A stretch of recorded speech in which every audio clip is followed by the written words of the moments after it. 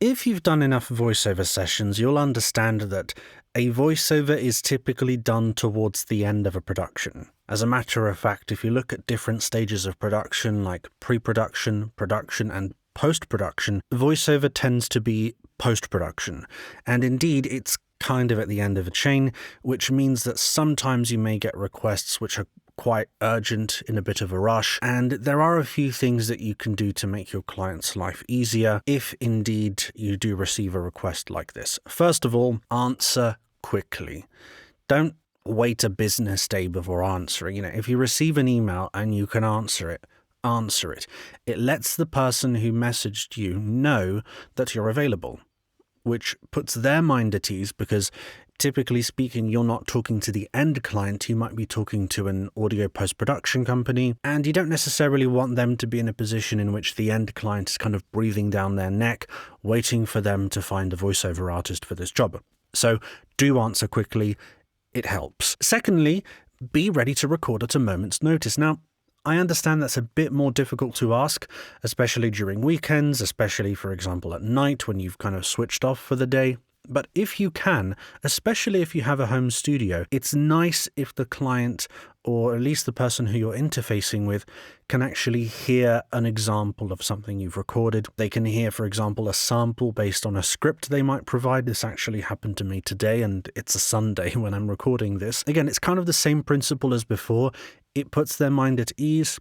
It lets them make a bit more progress, which in turn kind of makes their life easier, and it makes them look better in front of their client because it shows access, it shows availability, it looks good on you, it looks good on them, everyone wins. Additionally, it allows the client to hear you before anyone else. It's entirely possible that if you're the first person who answers and provides a sample recording and everyone else takes a day later or 2 days later, they might decide to just go with you because you're the only one who answered, or you're the only one who answered in a reasonable amount of time. Indeed, one of the things that I like to do for a lot of projects I do is I like to provide a free custom sample.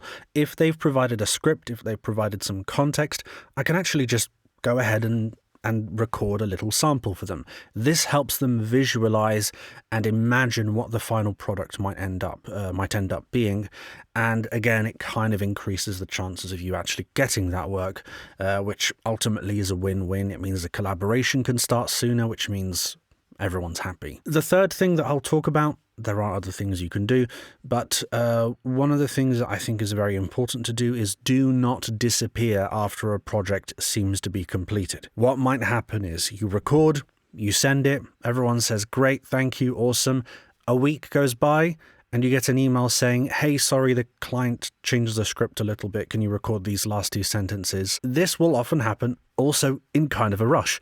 So the person who you're interfacing with, which is often a studio, will be very grateful if you can just record it, do it reasonably quickly, obviously don't compromise on quality, and have it ready, within a couple of hours ideally. If they can get their job done sooner, they're happier, you're happier, the client's happier, everyone wins. There are other things you can do, but this is social media and not many people watch for this long, so let's leave it at that. Have a nice day.